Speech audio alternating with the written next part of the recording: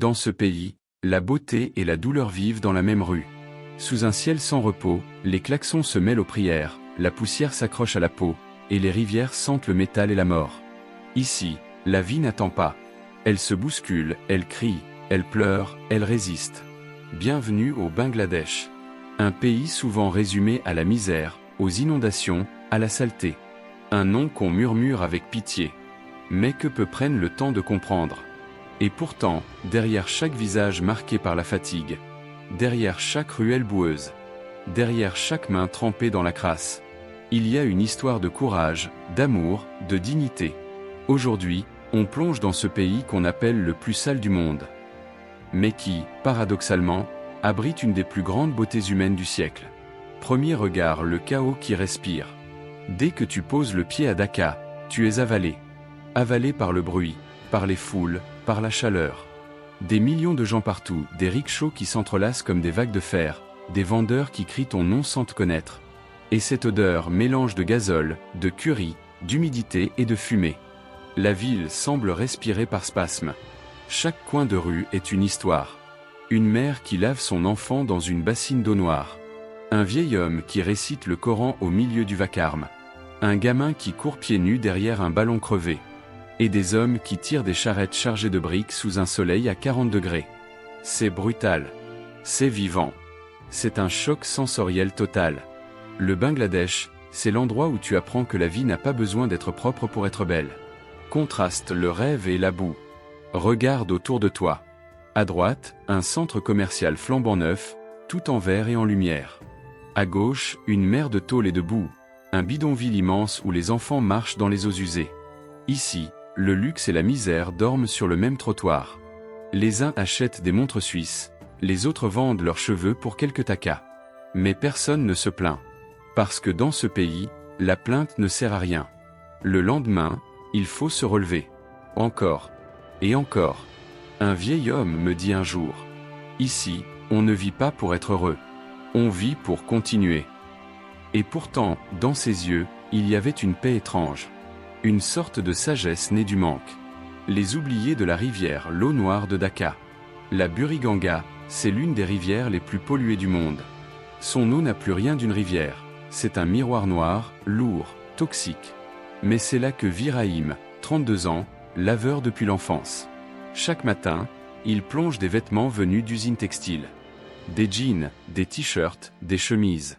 Il ne sait pas que ses habits finiront à Paris, New York ou Dakar. Mais il sait qu'à chaque lavage, sa peau brûle un peu plus. Quand je lui demande pourquoi il continue, il me répond calmement. Parce que je n'ai pas le choix. Parce que si je m'arrête, qui nourrira ma mère? Autour de lui, des dizaines d'hommes travaillent dans le silence, au milieu de vapeurs toxiques. Leurs mains sont noircies, leurs poumons saturés, mais leur regard reste droit. Ce n'est pas de la résignation. C'est de la dignité. Sheila, l'enfance volée. Dans une usine de textile, à la périphérie de Dhaka, la chaleur est suffocante. Les ventilateurs tournent lentement, l'air est saturé de poussière de coton. Et au milieu, Sheila, 14 ans. Elle coud depuis l'aube. Chaque jour, elle assemble près de 400 vêtements. Des habits qu'elle ne pourra jamais acheter. Elle ne connaît pas l'anglais, mais elle reconnaît les logos. Nike, Zara, H&M. Elle dit « Je couds des habits pour des gens qui ne sauraient même pas prononcer mon nom. » Ses doigts tremblent, mais ses gestes sont précis. Elle n'a jamais connu l'école. Et pourtant, dans ses yeux, il y a une intelligence brute, une lucidité déchirante. Le monde entier porte du Bangladesh sans le savoir. Chaque vêtement, chaque couture, chaque étiquette made in Dhaka porte un peu du souffle de Sheila. Une terre qui lutte contre la mer. Le Bangladesh, c'est aussi le pays qui se noie lentement. Chaque année, la mer avance. Les rivières débordent, les cyclones effacent des villages entiers. Dans le sud, les pêcheurs racontent que la mer a déjà englouti leur école, leur mosquée, leur cimetière. Ils appellent ça l'eau qui mange la terre. Le pays compte aujourd'hui des millions de réfugiés climatiques. Des familles entières chassées par la montée des eaux. Elles fuient vers les villes, grossissant encore la marée humaine de Dhaka. Et pourtant, personne ne fuit le pays. Parce que c'est leur terre, leur destin, leur combat. Le ciel, les prières et les rêves. À la tombée de la nuit, tout change. Le vacarme s'apaise, les rickshaws ralentissent, les appels à la prière montent dans l'air chaud. Des milliers de voix résonnent dans une harmonie fragile. Les minarets s'allument, et le chaos devient presque mystique. Ici, la foi n'est pas une posture. C'est une respiration. Une manière de tenir debout malgré tout. Dans les ruelles, les vendeurs de thé s'installent. Des hommes discutent, des femmes rient doucement. Et l'on se dit qu'au fond, la beauté du Bangladesh est là. Dans cette capacité à trouver la lumière au milieu du désastre. Le Bangladesh, c'est un pays de femmes fortes. Elles sont partout, dans les usines, sur les marchés, dans les champs. Ce sont elles qui tiennent les familles, qui nourrissent, qui éduquent, qui prient. Une mère que je rencontre à Chittagong me dit « Les hommes rêvent. Nous, on fait tenir les rêves debout. » Elles portent la douleur du monde avec élégance. Elles n'ont pas de super-pouvoir, juste une endurance surhumaine. Elles sont la colonne vertébrale invisible d'un pays que tout le monde croit perdu. On parle souvent du Bangladesh comme d'un pays pauvre. Mais sans lui, le monde serait nu. C'est le deuxième exportateur de textiles au monde. Des millions d'ouvriers produisent nos vêtements pour des salaires dérisoires. Leur sueur fait tourner nos marques. Leur souffrance fait battre nos économies. Derrière chaque t-shirt bon marché, il y a une vie abîmée. Un rêve interrompu. Un nom qu'on ne connaîtra jamais. Le Bangladesh est le miroir sale du monde propre. Il reflète ce que nous refusons de regarder. Dans les ruelles de Dhaka, les enfants jouent dans la poussière noire.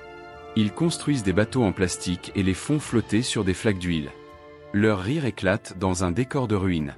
Ils n'ont rien. Et pourtant, ils rient comme s'ils possédaient le monde. Un petit garçon me demande « Pourquoi tu nous filmes ? Il y a des endroits plus beaux que celui-ci. » Je lui réponds « Parce que vous êtes vivant. » Et c'est vrai. Le Bangladesh, malgré tout, est vivant. Un poumon malade, mais qui bat encore. Un pays en souffrance, mais qui aime la vie plus que nous tous. Et toi ? Pourrais-tu vivre ici ? Pourrais-tu sourire dans la boue, rire dans la fumée, prier dans la tempête ? Pourrais-tu aimer une terre que la mer dévore jour après jour ? Pourrais-tu continuer à espérer, quand tout autour de toi semble condamné ? Le Bangladesh n'est pas une carte postale. C'est une leçon. Une leçon de courage, de résistance, d'humanité brute. Ce n'est pas le plus pauvre des pays. C'est le plus fort. Parce qu'il ne s'effondre pas, malgré tout ce qu'il endure. Parce que ses habitants continuent à chanter, à rire, à aimer, même quand la terre s'effondre sous leurs pieds. Ici, la vie n'est pas belle. Mais elle est vraie. Et c'est peut-être ça, la plus grande beauté du monde. Merci d'avoir voyagé avec l'autre côté du monde. Si cette histoire t'a touché, abonne-toi. Car ailleurs, derrière chaque horizon, se cache une autre vérité.